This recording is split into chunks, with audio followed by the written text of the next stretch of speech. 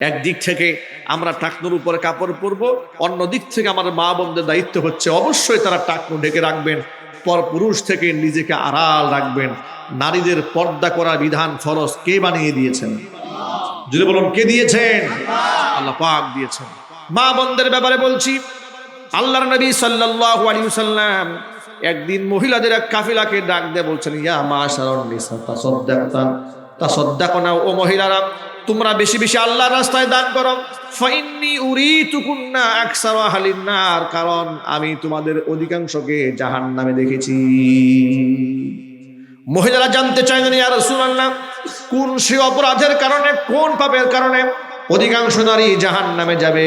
হুজুর বললেন, দুইটা পাপের কারণে অধিকাংশ নারী জাহান্নামে যাচ্ছে। এর মধ্যে এক নাম্বার কারণ হচ্ছে লিতাকফুরনাল আশির, স্বামীর নাফরমানি করা। দুই নাম্বার হচ্ছে তাকসুরনাল লানা, বেশি বেশি লানত প্রদান করা, কথায় কথায় মানুষকে অভিশাপ দেওয়া। এটা একটা মহিলাদের জাতিগত স্বভাব, ঠিক কিনা বলেন?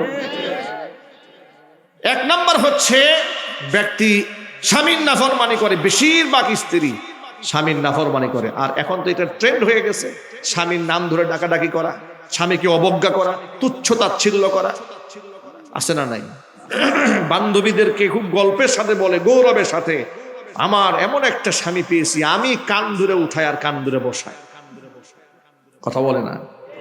মা বোনদেরকে বলছি, মায়েরা বোনেরা, আপনার স্বামীকে যদি আপনি রাজা বানিয়ে রাখেন, তাহলে আপনি তার স্ত্রী হওয়ার কারণে আপনি হলেন রাজরানী। আর আপনার স্বামীকে যদি আপনার ভাষায় চাকর বানায় রাখেন, আপনি হয়ে গেলেন চাকরানী। কথা বলতে হবে, ঠিক কিনা? সুতরাং স্বামীর উপর খবরদারি করে নিজেকে বড় করা যায় না, আলটিমেটলি এখানে নিজেকে ছোটই করা হয়।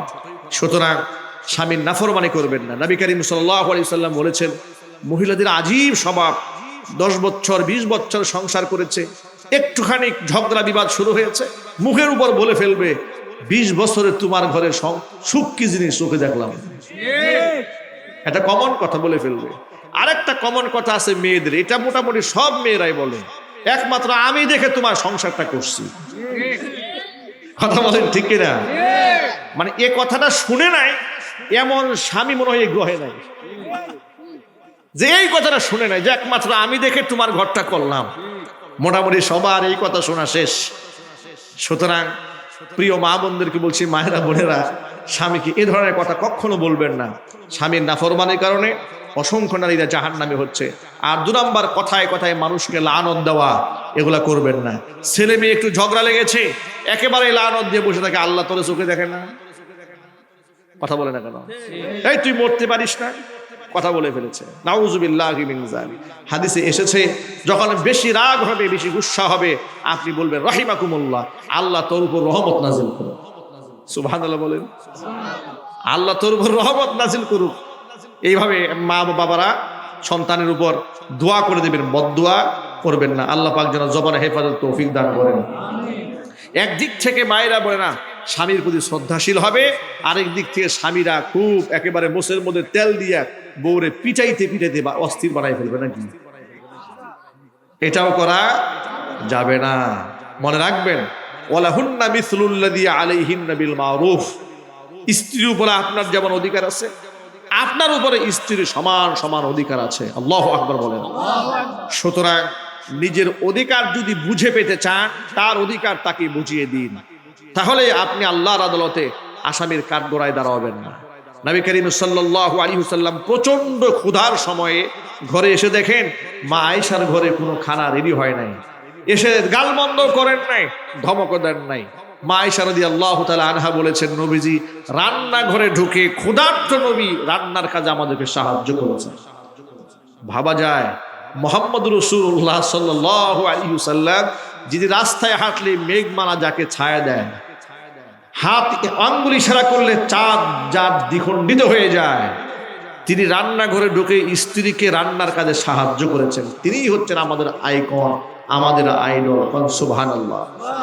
সুতরাং স্বামীরা, আপনারা স্ত্রীর প্রতি জুলুম করবেন না। আল্লাহ পাক যেন আমাদের সংসারগুলোকে জান্নাতের টুকরা বানায় দেন। জোরে কোন আমিন।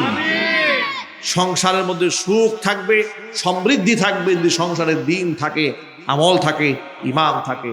আজকে আমরা একটা পণ গ্রহণ করি, আমাদের প্রত্যেকটা ঘর হবে ইসলামের এক একটা দুর্গ, ইসলামের এক একটা কেল্লা হবে আমাদের প্রত্যেকটা হুজরাখানা ইনশাল্লাহ।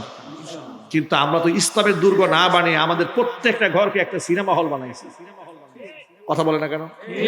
আমাদের প্রত্যেকটা ঘরকে আমরা কি বানিয়েছি? এক একটা সিনেমা হল বানিয়েছি। প্রতিনিয়ত সিনেমা চলছে, নাটক চলছে, অশ্লীলতা চলছে, বেহায়াপনা চলছে, নির্লজ্জতা চলছে। আর সেই ঘর থেকে রাবিয়া বস্তি জন্ম নেবে না, সেই ঘর থেকে হাসান বস্তি জন্ম নেবে না, আলেম জন্ম নেবে না। সন্তান মাদ্রাসায় দিলে সন্তান পালায় বাসায় চলে আসবে। ঠিক কিনা বলেন? যদি আমরা ইসলামের দুর্গ বানাতে পারে আমাদের ঘরটা, এই ঘরটাকে পবিত্র বানাতে হবে, নামাজের জায়গা বানাতে হবে। মনে রাখবেন, আল্লাহ নবী সাল্লাল্লাহু আলাইহি ওয়াসাল্লাম বলেছেন, যে ঘরের মধ্যে ইবাদত হয় আর নামাজ হয়, এই জমিন থেকে এই পৃথিবীবাসী আসমানের নক্ষত্রগুলোকে যেভাবে চমকাতে দেখে, আসমানে থাকা অবস্থানরত ফেরেশতারা জমিনের প্রত্যেকটা ইবাদতের ঘরকে বিদ্যুতের মতো চমকাতে দেখে। ফেরেশতাদের কাছে প্রতিটা ঘর নক্ষত্রের মতো চমকাতে থাকে, যে ঘরের মধ্যে আল্লাহ পাকের কোরআন কারীমের তিলাওয়াত হয়। আমরা কি আমাদের ঘরে তিলাওয়াত রাখতে পারবো? ইনশাআল্লাহ। সুতরাং আল্লাহ রাব্বুল আলামিন যেন আমাদের সকলকে কবুল করেন, জোরে বলেন আমিন। আমাদের জীবনের সবচেয়ে বড় পুরস্কার হবে পরকালে, সেই পুরস্কার নাম হচ্ছে জান্নাত। সেই পুরস্কারের নাম কি? জান্নাত। আর জান্নাতের সবচেয়ে বড় পুরস্কার হবে আল্লাহ পাকের দিদার, আল্লাহ পাকের সাক্ষাৎ। এই পৃথিবী থেকে চর্মচক্ষু দিয়ে আমরা আমাদের রবকে দেখি না, কিন্তু আল্লাহর কথা বলতে গিয়ে, আল্লাহর পথে চলতে গিয়ে কত জেল খাটলাম, জরিমানা দিলাম, মানুষের হুমকি ধামকির সম্মুখীন হলাম। এই যে আপনাদের চেয়ারম্যান সাহেব বলেছে না, কারাগারে সাক্ষাৎ হয়েছে। আমি যখন কারাগারে গিয়েছি 2018 সালে, তো আমি কারাগারে গিয়ে দেখি কারাগারের যিনি আপনার সুবেদার, আমাকে যে মাহফিল থেকে ধরে নিয়ে গেছে লক্ষ্মীপুরা, গাজীপুর লক্ষ্মীপুরা মাহফিল থেকে, মাদ্রাসার একটি মাহফিল হচ্ছিল, বয়ান করতেছিলাম। তো ওই মাহফিলের শ্রোতা ছিলেন ওই জেলখানার সুবেদার, জেলখানার পাশেই তো। তো সুবেদার সাহেব আমাকে জেলখানায় দেখে পুরো হতবাক হয়ে গিয়েছে। বলছে, হুজুর আপনি না গতকাল কি ওয়াজ করলেন মাহফিলে? আমি তো সেই ছিলাম সেই মাহফিলে। আমি বললাম, ভাই ওই মাহফিল থেকে তো আমাকে ধরে নিয়ে আসছে। তাই নাকি? বলে হ্যাঁ, ওখান থেকে ধরে নিয়ে আসছে। কি মামলা দিয়েছে আপনাকে? আর ভাই বলবেন না, মামলা দিয়েছে আমি নাকি কোথায় গিয়ে ককটেল বানাই দিয়েছিলাম।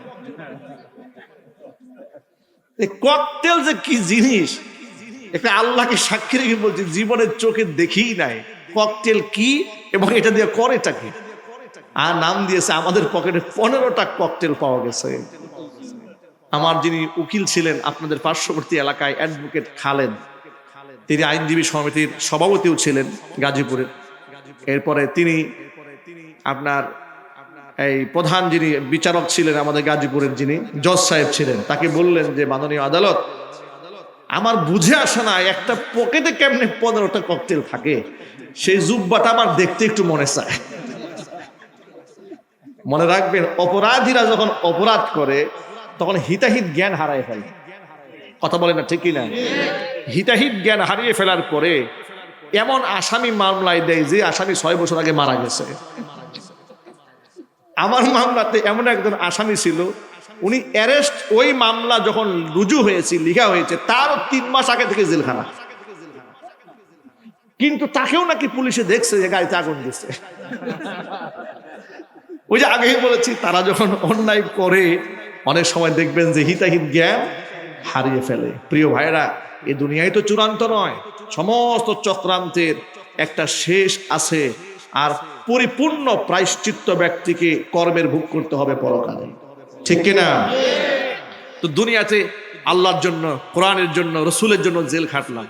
তো জেলখানার আসামিরা বলে, হুজুর আমরা না হয় রাজনীতি করি, আপনি কেন জেলখানায় আসলেন? আমি বললাম, ভাই আমি কোরআনের কথা বলি। ও আচ্ছা, এই জন্য জেলখানায় আনছে। যারা আপনার অন্যায় ভাবে মামলা দিছে, আল্লাহ ওদের উপর গজব দিক। পুরা জেলখানার মধ্যে বদদুয়া শুরু হয়ে গেল। যত ওয়াক্তে নামাজে মুসল্লিদের সাক্ষাৎ হয়, সবাই খালি বদদুয়া দেয়, নানান রকম বদদুয়া শুরু হয়ে গেল। যাই হোক, সেখানে মোটামুটি সময় কেটেছে। আমাদের যিনি সাবেক মেয়র আলহাজ অ্যাডভোকেট জাহাঙ্গীর আলম ভাই, তখন তিনি সাধারণ সম্পাদক ছিলেন আওয়ামী লীগের, তিনি খুব প্রচেষ্টা করেছেন। আলহামদুলিল্লাহ, আমার পক্ষে তিনি গাজীপুরে আইনজীবী সমিতির সব লোকদেরকে দাঁড় করিয়ে দিয়ে 200 আইনজীবী দাঁড় করিয়ে দিয়েছেন আমার পক্ষে। তারা বলেছেন যে আমি সম্পূর্ণ নিরপরাধ, চক্রান্তমূলকভাবে আমাকে ফাঁসি দেওয়া হয়েছে। 22 দিন কারাবরণ করে আমি বের হয়েছি। আলহামদুলিল্লাহ সেই মামলা থেকে একেবারে চার্জশিট থেকেই পুলিশের রিপোর্টে আমার নামটা একদম কেটে দেওয়া হয়েছে। আলহামদুলিল্লাহ, সবাই বলেন আলহামদুলিল্লাহ। কিন্তু আমি যেটা বলার জন্য এই কাহিনী তুলে ধরলাম আপনাদের সামনে, যে একজন আলেম কিংবা একজন মুসলমান আল্লাহর জন্য, আল্লাহ রসুলের জন্য জীবনে কত কষ্ট করেছে, কথা বলেন ঠিক কিনা? আচ্ছা, সেই আল্লাহকে তো দুনিয়ায় দেখতে পেলাম না, কিন্তু আল্লাহকে দেখার ইচ্ছা আছে না? কথা বলেন না? কার কার আগ্রহ আছে? হাত দেখি তো। আল্লাহকে দেখতে চান কারা কারা?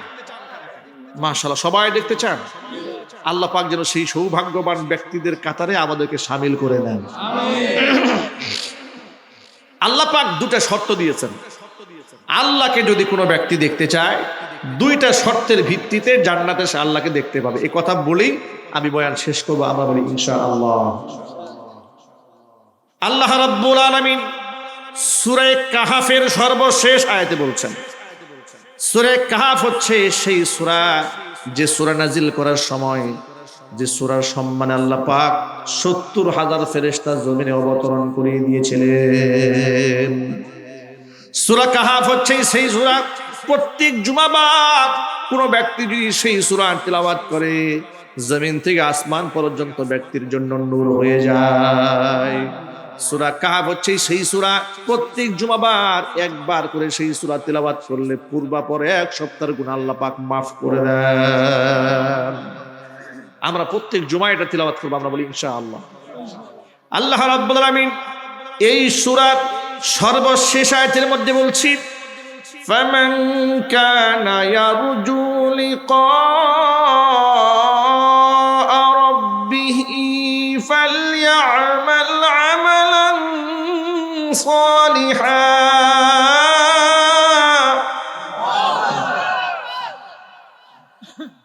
فليعمل عملا صالحا ولا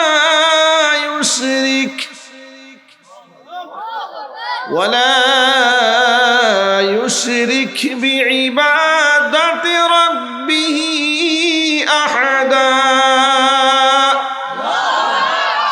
আল্লাহ পাক বলেন, ফামান কানা ইয়ারজু লিকা রাব্বিহি, যেই ব্যক্তি তার রবের সাক্ষাৎ চায়, ফালইআমাল আমালান সালিহা, 1 নাম্বার কন্ডিশন হচ্ছে সে যেন নেক কাজ করে। 2 নাম্বার কন্ডিশন হচ্ছে ওয়ালা ইউশরিক বিইবাদাতি রাব্বিহি আহাদা, তার রব আমি আল্লাহর ইবাদতের সাথে সে যেন কাউকে শরীক স্থাপন না করে। 2টা কন্ডিশন। শুধু নামাজ কালাম পড়লেই কাজ হবে না, রোজা রাখলেই শুধু হবে না, হজ শুধু করলেই হবে না, যাকাত শুধু দিলেই হবে না। ওই সমস্ত ইবাদতের মধ্যে একমাত্র আল্লাহর সন্তুষ্টি ছাড়া কারো সন্তুষ্টি কামনা করা যাবে না। আমার নামাজ হবে কার জন্য? রোজা হবে কার জন্য? হজ হবে কার জন্য? যাকাত হবে কার জন্য? আল্লাহ রাব্বুল আলামিন যেন কবুল করেন, জোরে বলেন আমিন। খাইবারের প্রান্তে জিহাদে গিয়ে তিনি রক্তাক্ত হলেন, মারাত্মকভাবে তার গায়ে জখম হয়ে গেল। গা থেকে অজর ধারায় রক্ত যখন ঝরছিল, আল্লাহর কাছে হাত তুলে বললেন, রব্বুল আলামিন, মক্কার কাফিররা আমার রাসূলকে অনেক কষ্ট দিয়েছে, আমি শুনেছি। তার বাড়ি ছিল মদিনায়। আল্লাহকে ডেকে বলছিল, রব্বুল আলামিন, যারা আমার রাসূলকে এত কষ্ট দিয়েছে, আমি জানি না মুসলমানদের সাথে মক্কার কাফিরদের সাথে আর কোনো জিহাদ বাকি আছে নাকি। যদি মুসলমানদের সাথে মক্কার কুরাইশি কাফেরদের সাথে লড়াই বাকি থাকে, এই আঘাতে যেন আমার শাহাদাত কবুল না হয়ে যায়। কারণ আমার মনের একটা তামান্না, যারা আমার রাসূলকে কষ্ট দিয়েছে, আঘাত দিয়েছে, গালমন্দ করেছে, নিজ এলাকায় থাকতে দেয়নি, দূর দূর করে তাড়িয়ে দিয়েছে, ওই সমস্ত কুফফারদের সাথে আমি জান এবং মাল দিয়া লড়তে চাই। কাফেরদের সাথে লড়তে লড়তে, নবীর দুশমনদের সাথে লড়তে লড়তে শহীদ হয়ে যাবেন, তুই বিদায় হতে চাই। হুজুরকে এত মহব্বত তিনি করতেন এবং তিনি বললেন, রব্বুল আলামিন, আর কাফেরদের সাথে যদি মুসলমানদের আর কোনো জিহাদ বাকি না থাকে, তোমার কাছে আমার আরজি, এই আঘাতেই যেন আমার শাহাদাত তোমার কাছে মঞ্জুর হয়ে যায়। রক্তাক্ত অবস্থায় শুয়ে আছেন সাদ বিন মুআজ। নবীজি সাল্লাল্লাহু আলাইহি সাল্লাম আপন জায়গায় অবস্থান করেছেন। কিছুক্ষণ পরে জিবরাইল আলাইহিস সালাতু ওয়াস সালাম আগমন করলেন। তার মাথার মধ্যে রেশমি কালার রুমাল দিয়ে পাগড়ি পরা ছিল। এসেই রাসূলকে ডেকে বলছি, ইয়া রাসূলুল্লাহ, মান মাতা মিন উম্মতি, হে আল্লাহ রাসূল, আজকে আপনার উম্মতের মধ্যে কোন ব্যক্তি ইন্তেকাল করেছে, কে শাহাদাত বরণ করেছে? ইহতাজ্জালাহু আরশুর রহমান, তার রূহ আসমানে ওঠার সাথে সাথে আল্লাহ পাকের আরশ পর্যন্ত কেঁপে উঠেছে। আল্লাহর নবী এক দৌড় দিলেন, সাদ বিন মুআজ রাদিয়াল্লাহু তাআলা আনহু গিয়ে দেখতে পেলেন সাদ বিন মুআজ রাদিয়াল্লাহু তাআলা আনহু নিথর দিয়ে আমল করব, ঠিক কি না?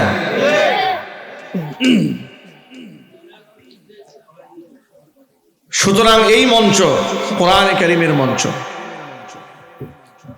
এই মঞ্চের বেশ কিছু আদব আছে।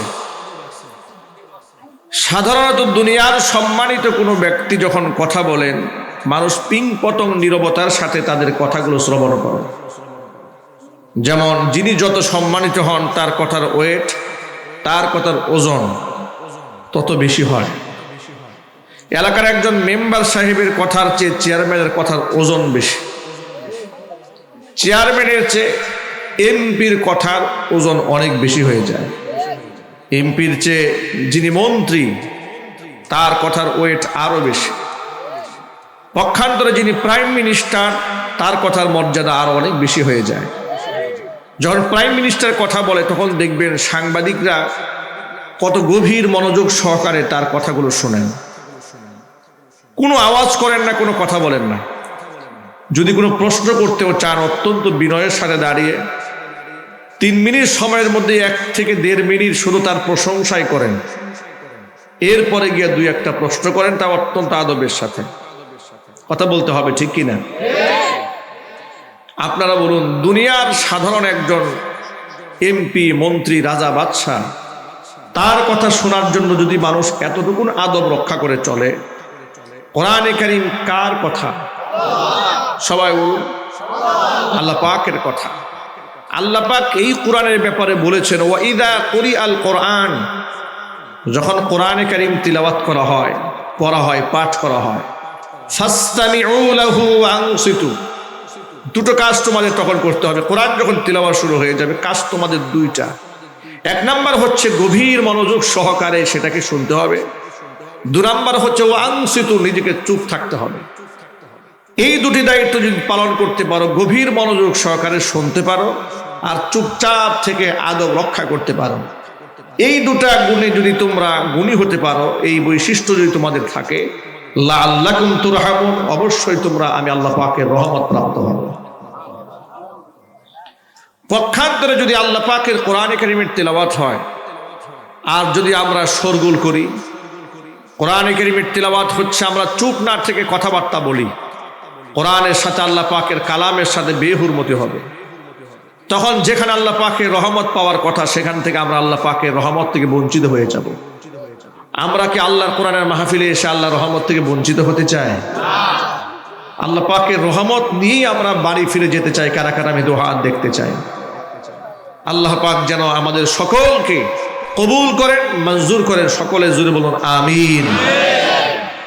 প্রিয় ভাইরা, নবী করিম সাল্লাল্লাহু আলাইহি ওয়াসাল্লাম মানুষকে আল্লাহ পাকের কোরআন শিখিয়েছেন, মানুষকে আত্মশুদ্ধি করেছেন। সমাজের মধ্যে যত প্রকার কুসংস্কার ছিল, অপসংস্কৃতি ছিল, সবগুলাকে ধীরে ধীরে নবী করিম সাল্লাল্লাহু আলাইহি ওয়াসাল্লাম দূর করেছেন। শিরিক, বেদাত, কুসংস্কার, খুরাফাত, অপসংস্কৃতি সব দূর করে একটি কোরআনময় সমাজ নবী করিম সাল্লাল্লাহু আলাইহি ওয়াসাল্লাম গঠন করতে সক্ষম হয়েছিলেন। কোরআনের সান্নিধ্যে আসার পরে এমন একটি সমাজ বিনির্মিত হলো, আল্লাহর হাবিব বললেন, খায়রুল কুরুনি কারনি সুম্মাল্লাযীনা ইয়ালুনাহুম সুম্মাল্লাযীনা ইয়ালুনাহুম। এই পৃথিবীর সমস্ত যুগের মধ্যে আমি মুহাম্মদ সাল্লাল্লাহু আলাইহি ওয়াসাল্লামের যুগ হচ্ছে শ্রেষ্ঠ যুগ। আল্লাহু আকবার বলেন। আপনারা বলুন তো, যে কোরআন দিয়ে নবী করিম সাল্লাল্লাহু আলাইহি ওয়াসাল্লাম শ্রেষ্ঠ যুগ বানিয়েছিলেন, সেই কোরআন হুবহু আমাদের কাছে আজও অবধি সংরক্ষিত আছে না নাই? আরো জোরে বলুন। সংরক্ষিত থাকার পরেও কোরআনে কারিমের শিক্ষা থেকে আমরা এত এত মাইল দূরে এই আদর্শ থেকে বিচ্যুত হয়ে আমরা ভুল পথে পরিচালিত হচ্ছি। আমাদের মন এবং মননশীলতায়, আমাদের চিন্তায় এবং চেতনায়, আমাদের আখলাক এবং চরিত্রে, আমাদের চলাফেরায়, আমাদের মুআমালাত এবং মুআশারাতে নবী করিম সাল্লাল্লাহু আলাইহি ওয়াসাল্লাম এবং সাহাবায়ে কেরামের আদর্শ প্রাধান্য না পেয়ে আমাদের জীবনে পরিলক্ষিত হচ্ছে ইহুদি, খ্রিস্টান, মুশরিকদের আদর্শ। কথা বলতে হবে, ঠিক কিনা? যুব সমাজ ভুল পথে পরিচালিত হচ্ছে। ইয়াং জেনারেশন, তরুণ প্রজন্মের যুবকেরা ইদানিং আমরা দেখতে পাচ্ছি তাদের কি হয়েছে হঠাৎ করে, তারা সকলেই টিকটকার, এক প্রকারের আধা পাগলা। কথা বলেন না, ঠিক কিনা? উন্মাদনা এদের মধ্যে ছড়িয়ে পড়েছে। এরা মাথার চুল এমন ভাবে কাটছে, এদের গায়ের পোশাক আর এদের প্যান্ট দেখলে মনে হয় না যে এরা এই সমাজেরই কোনো মানুষ, দেখে মনে হয় ভিন গ্রহ থেকে কোনো এলিয়েন নেমে এসছে। তাদের মাথার চুল এক পাশ থেকে চাচতে চাচতে একেবারে ছাল উঠাই ফেলেছে, সামনের চুলগুলা বেদম লম্বা, এরপরে হরেক রকম কালার করা। পোশাক যা পরেছে এটা কোন দেশি কালার ও নিজেও জানে না। প্যান্ট যে পরেছে কোন জায়গায় সিরা আছে, কোন জায়গায় তালি আছে সে খবরও নাই। চেন কি লাগানো আছে না খোলা আছে সে খবরও নাই। এই বাস্তবতা সমাজে আছে না নাই? এরা হয়ে গেছে সমাজের আইডল, সমাজের আইকন, এরা হয়ে যাচ্ছে সমাজের সেলিব্রিটি। এমনকি বাংলাদেশের অনেক দায়িত্ব জ্ঞানহীন হলুদ সাংবাদিকতা যারা করেন তারা এদেরকে খুব সেলিব্রেশন করে। এরা যতই অপকর্ম করে এদেরকে মিডিয়াতে হাইলাইট করে প্রচার করে। বাস্তবতা আছে না নাই? যুবকেরা, নবী করিম সাল্লাল্লাহু আলাইহি ওয়াসাল্লাম, সাহাবায়ে কেরামের এই আত্ম উপলব্ধি সৃষ্টি করতে সক্ষম হয়েছিলেন যে এই জীবন তো জীবন নয়, এই জীবন তো ক্ষণিকের, আমার লম্বা একটা জীবন সামনে আছে। ওই জীবনের নাম হচ্ছে পরকাল। এই জীবন থেকে আমাকে একেবারেই শেষ করে আমাকে একটা বিরাট একটা জীবন আমার সামনে আছে, এটাকে বলা হয় আলামে বারজাখ, কবরের জীবন। সেখানে আমার জীবনের আমলের হিসাব নিকেশ আছে, সওয়াল জবাব আছে। এমনকি যখন ময়দানে মাহশার কায়েম হয়ে যাবে তখন আমার গোটা জীবনের সমস্ত হিসাব নিকাশ সেদিন চুকে দেওয়া হবে। এই কথাগুলো যখন তাদের অন্তঃকরণে একেবারে বদ্ধমূল করতে সক্ষম হয়েছিলেন, কয়লার টুকরা সমতুল্য মানুষগুলো কোরআন সুন্নাহর আদর্শে আদর্শিত হয়ে এক একজন ব্যক্তি হীরার টুকরায় পরিণত হয়ে গিয়েছে। চিৎকার দেন সুবহানাল্লাহ। এমন সোনার মানুষে তারা পরিণত হলেন। আল্লাহর নবী সাল্লাল্লাহু আলাইহি ওয়াসাল্লাম তাদের প্রশংসা বাণী উচ্চারণ করে বললেন, আসহাবী কান্নুজুম ফাবিআইয়িহিম ইকতাদাইতুম ইহতাদাইতুম। লক্ষ লক্ষ সাহাবী যারা আমার সান্নিধ্য গ্রহণ করে ঈমান এনে ধন্য হয়েছে, তারা এক একজন হচ্ছে আসমানের নক্ষত্র সমতুল্য। যে কাউকে অনুসরণ করলে তুমি হিদায়াত পেয়ে যাবে।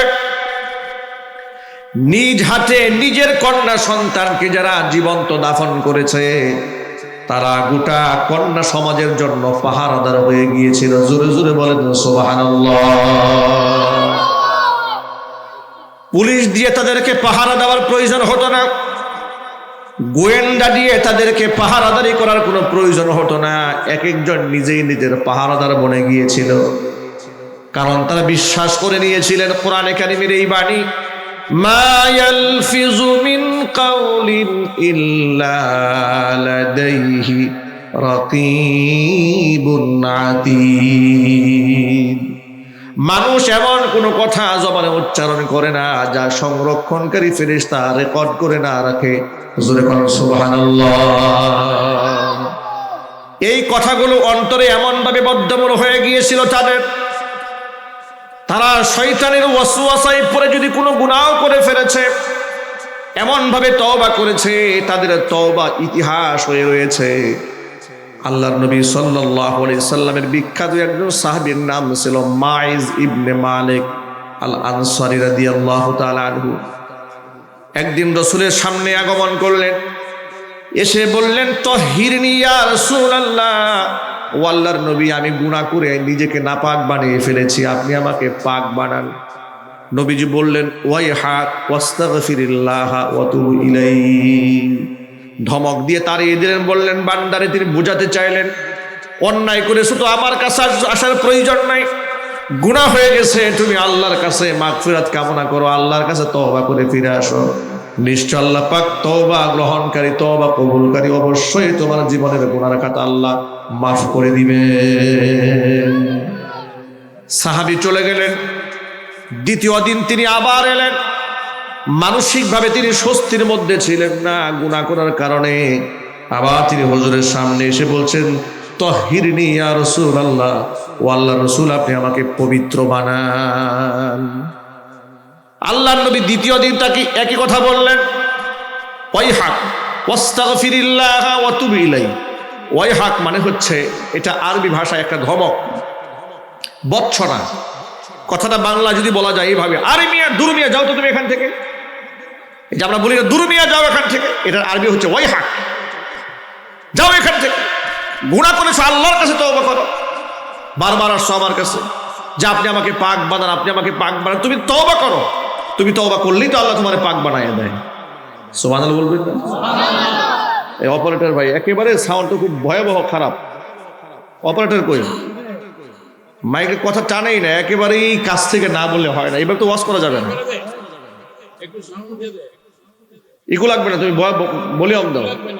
এখানে একটা বক্স দিছে, বক্সের আওয়াজ সব পালিয়ে যাওয়ার কথা, মানুষ আওয়াজই নাই বক্সে। আমরা যেমন বলি আরে মিয়া যাও তো, বিরক্ত করার, তোমাকে ওরা বলেছি তওবা করো। এটার আরবি শব্দ হচ্ছে ওয়াইহাক, মানে একটু রাগ করে অভিমানের সুরে একটা কথা বলেছেন। ওয়াস্তাগফিরিল্লাহ, আল্লাহর কাছে মাফ চাও, তুব ইলাইহি, আল্লাহর কাছে তওবা করো। দুদিন তাকে ধমক দিয়ে তাড়িয়ে দিয়েছেন। এবার তৃতীয় দিন আবার তিনি রাসূলের সামনে এসে হাজির হয়ে গেলেন। তাহহিরনি ইয়া রাসূলুল্লাহ, ও আল্লাহর নবী, আমি গুনাহ করে নিজে নাপাক করে ফেলেছি, দেহটাকে আপনি আমাকে পাক বানিয়ে দেন। নবীজি এবার তৃতীয় দিন তাকে পাল্টা প্রশ্ন করছেন, ফিমা উতাহহিরু। সাহাবী, ব্যাপারটা কি?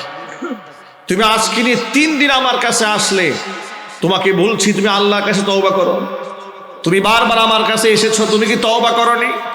কিসের গুনাহ থেকে তোমাকে পাক বানাবো? এমন কোন গুনাহ করে তুমি নিজেকে নাপাক করে ফেলেছো?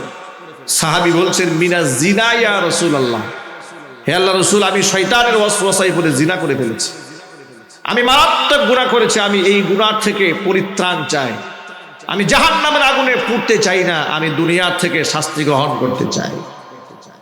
জিনাকে কতভাবে তারা ভয় করেছেন, পরকালকে কতটুকু বিশ্বাস করলে তারা জানতেন ইসলামের শরীয়তে জিনার শাস্তি বড় মারাত্মক। যদি অবিবাহিত হয় তাদেরকে দুর্রা মারা হবে 100 টাকা করে, আর যদি বিবাহিত হয় তাদেরকে কোমর পর্যন্ত মাটির মধ্যে পুঁতে ফেলে চতুর্পাশ থেকে পাথর নিক্ষেপ করে নিসার করে ফেলা হবে, একেবারে তার মাথা গিলু থেতলে দেওয়া হবে, এরপরে তাকে নির্মমভাবে দুনিয়া থেকে শেষ করে দেওয়া হবে। এটা হচ্ছে ইসলামিক স্টেট, ইসলামী রাষ্ট্র যখন কায়েম হয় তখন এটা তার শরীয়তের চূড়ান্ত ফয়সালা। এই ফয়সালা ইসলামের জিনার অপরাধ বড় মারাত্মক, এর শাস্তি বড় ভয়াবহ। নবী করিম সাল্লাল্লাহু আলাইহি ওয়াসাল্লাম বলেছেন, আমি দেখেছি, আমি মিরাজ রজনীতে আমি দেখেছি বিরাট বড় একটা উনুন, চুলার ভেতরে অসংখ্য নারী পুরুষকে উলঙ্গ আগুনের মধ্যে পোড়ানো হচ্ছে, আর এত অধিক সংখ্যক তারা, তাদের গায়ে কোনো জামা কাপড় নাই, এরা পুরো অঙ্গার হয়ে যাচ্ছে। আর আগুনের তাপমাত্রা এত বেশি, নিচ থেকে যখন আগুন উপরে যাচ্ছে, আগুনের ধাপে অসংখ্য লোকের একবার একেবারেই ওই চুলার মুখ চলে আসছে, আবার কিছু ফেরেশতারা গুটায়া এদেরকে আবার নিচে ফেলে দিচ্ছে। এই নির্মম দৃশ্য দেখে আমি জিবরিলকে প্রশ্ন করলাম, জিবরাইল এরা কারা? ও জিবরাইল এরা কারা? জিবরাইল আমিন জবাব দিয়ে বলছেন, ইয়া রাসূলুল্লাহ, ইয়া হাবিবাল্লাহ, এরা হচ্ছে আপনার উম্মতের ওই সমস্ত নারী আর পুরুষ যারা বিবাহ বহির্ভূত অবৈধ জিনা ব্যভিচার করেছে। জোরে জোরে বলুন নাউজুবিল্লাহ। এই শাস্তি তারা পাচ্ছে যারা অবৈধ সঙ্গম করেছে।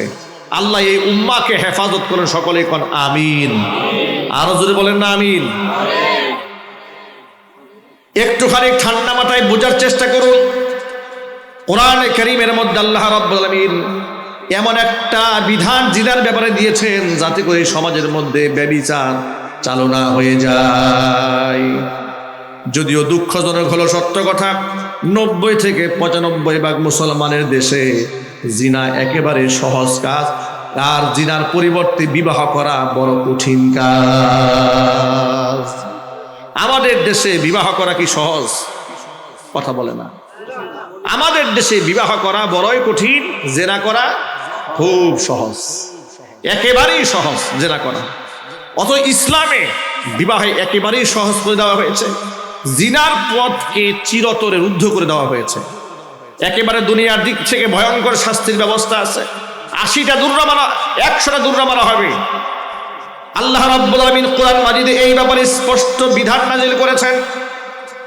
আল্লাহর বাণী, আয-যানিয়াতু ওয়াজ-যানি ফাজলিদু কুল্লা ওয়াহিদিম মিনহুমা মিআতা জালদা ওয়ালা তা'খুযুকুম বিহিমা রা'ফাতুন ফি দীনিল্লাহি ইন কুনতুম তু'মিনুনা বিল্লাহি ওয়াল ইয়াউমিল আখির وَلْيَشْهَدْ عَذَابَهُمَا طَائِفَةٌ مِّنَ الْمُؤْمِنِينَ।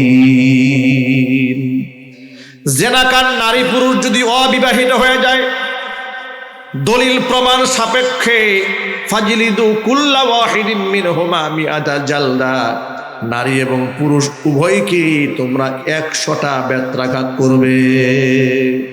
ওয়ালা তা'খুযুকুম বিহিমা রা'ফাতুন ফি দীনিল্লাহ, আমি আল্লাহর এই বিধান কার্যকর করার ক্ষেত্রে এই সমস্ত অপরাধীদেরকে শাস্তি দেওয়ার ব্যাপারে তোমাদের অন্তরে যেন তাদের প্রতি মায়ার উদ্রেক না হয়। ইন কুনতুম তু'মিনুনা বিল্লাহি ওয়াল ইয়াউমিল আখির, তোমাদের বিশ্বাস যদি পরকাল দিবসের উপর থেকে থাকে, তোমাদের বিশ্বাস যদি আমি আল্লাহর উপর থেকে থাকে, তাহলে জেনাকার নারী পুরুষকে শাস্তি দেওয়ার সময় যেন অন্তরে মায়া না লাগে, এই চিন্তা মাথায় না আসে। যাহারে কোমলমতি বাচ্চা, মাত্র 18 বছরের মেয়ে, মাত্র 20 বছরের ছেলে, না হয় একটা অপরাধ করেই ফেলেছে, 20,000 টাকা ঘুষ নিয়ে মেম্বার সাহেব তাকে ছেড়ে দিল, কিংবা 50,000 টাকা কাউন্সিলর গ্রহণ করে জেনাকারকে মুক্তি দিয়ে দিল। বাস্তবতা আমাদের সমাজে আছে না নাই? একটু জোরে বলতে হবে, আছে না নাই? আল্লাহ পাক কোরআনে বলেছেন, বিশ্বাস যদি পরকালের উপর থাকে, বিশ্বাস যদি আমি আল্লাহর উপরে থাকে, খবরদার জেনাকার নারী পুরুষকে শাস্তি দেওয়ার ক্ষেত্রে মন যেন এদের প্রতি সদয় না হয়, কঠোরতা অবলম্বন করতে হবে। শুধু তাই নয়, শোনো শাস্তি কোথায় দেবেন, 4 দেয়ালে বন্দি করে নয়।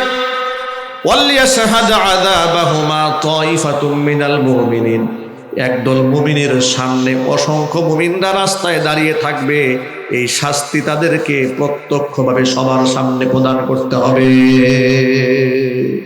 এই বিধানটা কে দিয়েছেন? আল্লাহ নাম বলতে কষ্ট হচ্ছে? বিধানটা কে দিয়েছেন বলুন তো? এখন এই বিধান এটা মানুষ তৈরি করেনি, এই বিধান কে দিয়েছেন? আল্লাহ দিয়েছেন। এটা সামাজিকভাবে বাস্তবায়ন করার দরকার আছে না নাই? যদি এই আইন সামাজিকভাবে বাস্তবায়ন করা যেত, তাহলে যে পুবাইলে যতগুলো রিসোর্ট আছে সবগুলো বন্ধ হয়ে যেত। কথা বলেন। একদিন আমি এক জেলাতে মাহফিল করতে গিয়েছি, আমাকে বলে, হুজুর আপনার বাড়ি গাজীপুর? আমি বললাম হ্যাঁ। হুজুর আপনি কি জানেন যে আপনার এলাকায় বউ ভাড়া পাওয়া যায়? আমি শুনে তো চমকে উঠছি যে না না না, এই ধরনের নোংরা কাজ তো আমার এলাকায় হয় না। না আপনি জানেন না, আপনার এলাকাটা বলে, আমার এলাকাতে বলে হ্যাঁ আপনার এলাকাতে বউ ভাড়া পাওয়া যায়। আমি কোথায় পেলেন? তা আপনি ইউটিউব সার্চ দেন। আমাকে বলে আপনি ইউটিউব সার্চ দিয়ে দেখেন যে কোথায় বউ ভাড়া পাওয়া যায়। আমাকে সে সার্চ দেওয়া হয়েছে, খোঁজ খবর নিয়ে দেখি মোবাইলে পাওয়া যায়। নাউজুবিল্লাহ, আসতে পারেন আপনারা? এটা কি লজ্জা হওয়ার কথা না? আমাদের শরম হওয়ার কথা না? এখানে মোবাইলের অনেক আলহামদুলিল্লাহ গণ্যমান্য ব্যক্তিবর্গরা আছেন, রাজনীতিবিদরা আছেন। আমরা চাই তাদের মাধ্যমে সমাজটা আমূল পরিবর্তন আসুক, ইনশাল্লাহ। বলেন না কেন আপনারা? আপনারা তাদেরকে সহযোগিতা করবেন, ইনশাল্লাহ বলেন। প্রত্যেকটা অন্যায়কে সমাজ থেকে, একেবারে সমাজের মূল থেকে উঠাই দিতে হবে, কারণ আগামী প্রজন্ম হবে ইমানদার প্রজন্ম। চিৎকার দেখো ঠিক কিনা? আগামী প্রজন্ম হবে কোরআনে কারিমে বিশ্বাসী প্রজন্ম, জেনাকার প্রজন্ম আমরা তৈরি করতে চাই না। আল্লাহ রাব্বুল আলামিন আমাদেরকে দায়িত্বশীল হওয়ার তৌফিক দান করেন। এটা হচ্ছে অবিবাহিত নারী পুরুষের ক্ষেত্রে বিধিবিধান। আর বিবাহিত নারী পুরুষের ক্ষেত্রে বিধান হচ্ছে সরাসরি মৃত্যুদণ্ড, কোনো ছাড় নাই। এই বিধানগুলো সমাজ যদি কার্যকর থাকতো তাহলে বাংলাদেশে বর্তমানে গণধর্ষণের শিকার হয়, বাসের মধ্যে যাত্রী ধর্ষিত হয়, ঘটনা আছে না নাই? বাসের ড্রাইভার হেল্পাররা মিলে নারীকে ধর্ষণ করে, কিচ্ছু থাকতো না যদি এগুলাকে শায়েস্তা করা যেত আল্লাহ পাকের কোরআন দিয়ে, সব বন্ধ হয়ে যেত। কিন্তু হয় না কেন?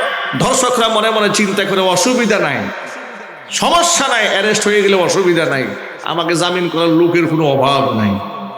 কথা বলেন। আল্লাহ রাব্বুল আলামিন আল্লাহ পাকের কোরআনের সমাজে বাস্তবায়ন করার তৌফিক আমাদের দান করে, জোরে বলুন আমিন। এবার মাইজ ইবনে মালিক আল আনসারী, তিনি বিবাহিত পুরুষ ছিলেন। তিনি জানেন আমি যে পাপ করেছি, অন্যায় করেছি, এর রাষ্ট্রীয় সাজা হচ্ছে মৃত্যুদণ্ড। জানার পরেও বারবার রাসূলের সামনে এসে বলছেন, ইয়া রাসূলুল্লাহ, ইয়া হাবিবাল্লাহ, আপনি আমার উপরে জিনার হদ কায়েম করে আপনি আমাকে গুনাহ থেকে পবিত্র বানিয়ে দেন। নবী করিম সাল্লাল্লাহু আলাইহি ওয়াসাল্লাম তিনি তো শুধুমাত্র একজন নবী আর একজন রাসূল ছিলেন না, গোটা মানবতার শিক্ষক ছিলেন, আইনের শিক্ষক ছিলেন, মানবাধিকারের শিক্ষক ছিলেন, তাম পৃথিবীর সমস্ত মানবতার জন্য একজন আদর্শ রাষ্ট্রনায়ক ছিলেন বিশ্বনবী মুহাম্মদ রাসূলুল্লাহ সাল্লাল্লাহু আলাইহি ওয়াসাল্লাম। স্বীকৃতি প্রদান করা মাত্রই তিনি তার মৃত্যুদণ্ড কায়েম করতে যাবেন, তা তিনি করলেন না। কারণ ইসলামের দণ্ডবিধি বড় মারাত্মক। যেহেতু শাস্তি যেমন কঠিন, এর ব্যাপারে তথ্য উপাত্ত তেমন নির্ভুল হওয়াটাও খুবই দায়িত্বশীল ব্যক্তির কাজ। এই জন্য নবী করিম সাল্লাল্লাহু আলাইহি ওয়াসাল্লাম তিনি দেখলেন যে লোকটা বারবার বলছে আমি গুনাহ করেছি, আমাকে মৃত্যুদণ্ড কার্যকর করুন, তার মস্তিষ্কে কোনো সমস্যা আছে কিনা, অর্থাৎ তিনি অ্যাবনর্মাল কিনা, পাগল কিনা, এটা জানা দরকার আছে না? একজন ব্যক্তি এসে বললো আমি অন্যায় করেছি আর তার সঙ্গে সঙ্গে করে দেওয়া হবে, তা তো ইনসাফ হবে না। কারণ তার মাথায় যদি সমস্যা থাকে, তার মাথায় যদি পাগলামি থাকে, তিনি তো কত ধরনের কথাই বলতে পারেন।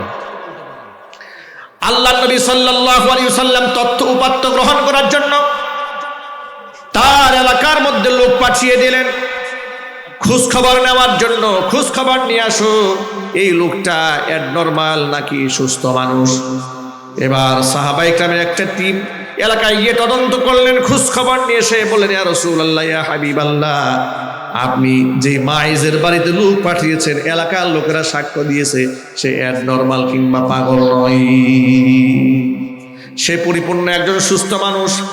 দ্বিতীয়ত বিষয় হচ্ছে আল্লাহর নবী যাচাই করতে চাইলেন আবিহি খামরুন, তার মধ্যে মাদকতা আছে নাকি, নেশা আছে নাকি। এবার সাহাবী আল্লাহর নবী সাল্লাল্লাহু আলাইহি ওয়াসাল্লামের আদেশ হুকুম পেয়ে বললেন ওই মাইজের মুখের মধ্যে নাক লাগায় একটু চেক করো, তার মুখের মধ্যে মদের দুর্গন্ধ আছে নাকি। মদ খাইলে মাথা ঠিক থাকে? মদ খেলে মাথা ঠিক থাকে? ঠিক থাকে না, তখন মানুষ উলট পালট কথা বলে। এই জন্য মাদক সেবন করে, মদ্যপান করে নিজের স্ত্রীকে কোনো ব্যক্তি যদি তালাক দেয় তাহলে তার তালাক কার্যকর হয় না। মাদকগত অবস্থায় সে যা কিছু করুক না কেন, তখন তার সুস্থ মস্তিষ্ক হয় না বলে আইনের চোখেও সেই ব্যক্তি তখন তাৎক্ষণিক অপরাধী হয় না। এই জন্য তালাক দেওয়ার আগে বেশি করে মদ খাওয়া উচিত নাকি? কথা বলে না। যেহেতু মদ্যপান করে যদি কোনো ব্যক্তি স্ত্রীকে তালাক দেয় তাহলে তালাক হয় না, এই জন্য তালাক দেওয়ার আগে মদ খাওয়া উচিত। মদ্যপান করে মানুষ খুন করলে সেই ব্যক্তি প্রকৃত অপরাধী হিসেবে তাকে ধরা হয় না কি, এই জন্য মানুষ খুন করার আগে ইচ্ছা মতো মদ খাওয়া উচিত। নাউজুবিল্লাহ বলেন, আরো জোরে বলুন নাউজুবিল্লাহ। মদ খাওয়া হালাল না হারাম? মদ রাষ্ট্রীয়ভাবে নিষিদ্ধ হওয়া উচিত। আবার বলি শোনেন, আপনারা একটু অন্যমনস্ক মনে হচ্ছে আমার কাছে। আমি এই যে বাম পাশে কিছু লোকেরা বারবার খালি এদিকে তাকাচ্ছে, আমি জানি না এদিকে কি মজা পাইছে। এদিকে এই যে আখতারুজ্জামান সাংবাদিক ভাই খালি ওদিকে তাকাই থাকে, আপনি আমরা খুব পছন্দ করছে এরকম সব। এদিকে তাকাবেন না। আপনাকে একটা কথা বলি আপনাদেরকে, টিউবওয়েল থেকে পানি পড়ছে, আপনি বোতল যদি বরাবর না ধরেন আপনার বোতল ভরবে না। কথা হচ্ছে এখানে টাকায় আছেন আপনি আরেক দিকে, আপনি কিচ্ছু মনে রাখতে পারবেন না, শুধু শুধু এখানে বসে আছেন, বেকার বসে আছেন, বেকার এখান থেকে উঠে যাবেন, 1 পয়সার মূল্য হবে না এখানে বসে থেকে। এতক্ষণ পর্যন্ত যে হাদিসগুলো বলেছি, যদি ভদ্রলোক হন এই কথাগুলো মনে রাখবেন। আর যদি মনে করে হেদায়েত শোনার উদ্দেশ্য নয়, তাহলে মেহেরবানি করে এখানে না বসে বাড়িতে ঘুমায় থাকেন, সওয়াব হবে। কথা বলে না, ঠিক কিনা? আপনার একজনের অন্য মনস্ক কিংবা এদিক সেদিক কিংবা টাকিটুকির কারণে আমার মাইন্ড ডাইভার্ট হয়, এতগুলো মানুষ ক্ষতিগ্রস্ত হবে, সবগুলার গুনাহ আপনি কাঁধে বহন করে বাড়ি যাবেন। আল্লাহ পাক কথাগুলো বোঝার তৌফিক দান করুন। সুতরাং আমি এরপর থেকে আর ডান বাম কাউকে দেখবো, সবার সামনে তাকে দাঁড় করাই দেব, ক্যামেরায় মোটামুটি একটু পরিচয় করাই দেব, এরপর আপনাকে বাড়ি পাঠাই দেব। প্রিয় ভাইয়েরা আমার, মদ খাওয়া হালাল না হারাম? মদ হচ্ছে রাষ্ট্রের জন্য একটা অভিশাপ। একটা দেশ ধ্বংস করার জন্য মাদক যথেষ্ট। আজকে যুব সমাজ মাদকের প্রতি এমনভাবে ঝুঁকেছে, আমি মোবাইলে দেখি, অনলাইন আমাদের হাতে আছে তো, মাঝে মাঝে বিভিন্ন ধরনের ভিডিও আসে, মেয়েরা প্রকাশ্যে ধূমপান করছে, স্কুলের মেয়েরা। আবার এগুলাকে টিকটক ভিডিও বানিয়ে অনলাইনে ভাইরাল করছে। তারা বোঝাচ্ছে যে আমরা কিন্তু আর পিছায় নাই, আমরা অনেক আগায় গেছি, আমরা অল্প কিছুদিনের মধ্যে তসলি বা নাসরিনের খাতায় নাম লেখাচ্ছি। কথা বলে না, ঠিক কিনা? এমন একটা অবস্থা, এমন একটা চর্চা চলছে বাংলাদেশে। মাদকের সাথে মুসলমানদের কোনো সম্পর্ক থাকতে পারে না। মদ আল্লাহ রাব্বুল আলামিন নতুন হারাম করেন নাই, ১৫০০ বছর আগে মদকে চিরন্তনভাবে আল্লাহ পাক হারাম করে দিয়েছেন। কিন্তু আফসোস এবং পরিতাপের সাথে লক্ষ্য করছি, যে মদ আল্লাহ রাব্বুল আলামিন ১৫০০ বছর আগে হারাম করেছেন, সেই মদ ১৫০০ বছর পরে এসে মুসলমানদের দেশে রাষ্ট্রীয়ভাবে পারমিশন দেওয়া হচ্ছে। নাউজুবিল্লাহ বলবেন না? এই দেশে মদের লাইসেন্স আছে না নাই? আরো জোরে বলেন। তাহলে আপনারা আল্লাহ পাকের কোরআনকে মানলেন কোন জায়গা থেকে? আল্লাহ পাকের আয়াত আপনি কোন দিক থেকে মানলেন? যেখানে আল্লাহ পাক মদকে হারাম করেছেন আপনি লাইসেন্স দিয়ে দিলেন। ব্রাহ্মণবাড়িয়ার এক ভদ্রলোক ব্রাহ্মণবাড়িয়াতে মদের বার খুলেছে। মদের বার খোলার পরে তিনি আবার এই নির্বাচনের সময় তিনি নমিনেশন পেপার কিনেছেন, নির্বাচন করে এমপি হবেন। তো সাংবাদিকরা গিয়েছে তার কাছে, গিয়ে বলছে, ভাই এলাকার লোকেরা বলা বলি করছে যে আপনি মদের বার খুলেছেন, আপনি মদ্যপান করেন, তা আপনি তো হারাম ব্যবসা করেন, যিনি হারাম ব্যবসা করেন এলাকার লোকেরা তাকে এমপি কেন বানাবে? তিনি জবাব দিলেন, শোনেন, তিনি জবাব দিয়ে বলছেন, আমার ব্যবসা হারাম কেন হবে? আমি যে মদের দোকান করেছি সরকারের কাছ থেকে পারমিশন নিয়ে খুলেছি, এমনকি আমি প্রত্যেক বছর এখান থেকে বাৎসরিক ইনকাম ট্যাক্স দিই, এমনকি যার কাছে আমি বিক্রি করি সে সরকারের লাইসেন্স প্রাপ্ত মদখোর। আমি যার কাছ থেকে কিনে নিয়ে আসি তার কাছে 3 সার্টিফিকেট আছে মদ বিক্রি করা, এর মানে আমার ব্যবসা 100% হালাল। প্রিয় ভাইয়েরা, আপনারা বলুন তো, আল্লাহ পাক যা হারাম করেছেন তারা পৃথিবীর সব সরকার মিলে অনুমোদন দিলে হারাম জিনিস কখনো হালাল হবে?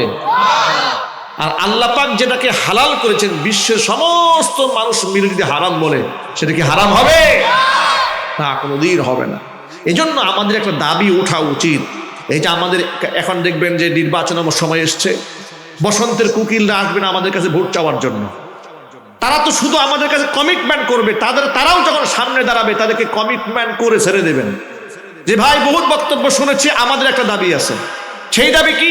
যে আপনি পার্লামেন্টে দাঁড়িয়ে বুক ফুলিয়ে, মুসলমানের বাচ্চা যেহেতু, আপনি যদি ক্ষমতায় যেতে পারেন আপনি আমাদের সাথে ইস্তেদে ওয়াদা করেন, সবার সামনে ওয়াদা করেন, জাতীয় সংসদে গিয়ে আপনি মদকে রাষ্ট্রীয়ভাবে নিষিদ্ধ করার জন্য আপনি কথা বলবেন। একটু জোরে বলেন না, ঠিক কিনা? আপনারা শুধু শুনবেন না, তাদের কাছ থেকে জবানবন্দি নেবেন। যে রাস্তাঘাট, ব্রিজ, কালভার্ট অনেক শুনছি, এগুলো আগেও শুনেছি, এগুলো কিয়ামত পর্যন্ত শুনেই যাব। আমরা নতুন কিছু শুনতে চাই, আমরা মাদক মুক্ত বাংলাদেশ গড়তে চাই। বলেন না ইনশাআল্লাহ? এটা শুধু মুখে বললে কাজ হবে না, এটা কার্যকর বাস্তবায়ন করতে হবে। আপনাদেরকে ছোট্ট একটা ঘটনা শোনাই। নারায়ণগঞ্জ অঞ্চলে একটা মাহফিলে গিয়েছি। মাহফিলে যাওয়ার পরে যিনি অতিথি ছিলেন, প্রধান অতিথি, তিনি আমার আগে সংক্ষিপ্ত বক্তব্য করলেন মাইকে। এত চমৎকার বক্তব্য দিয়েছেন, মাদক বিরোধী বক্তব্য। আমার মন একেবারে মেরা দিল খুশ হো গয়া।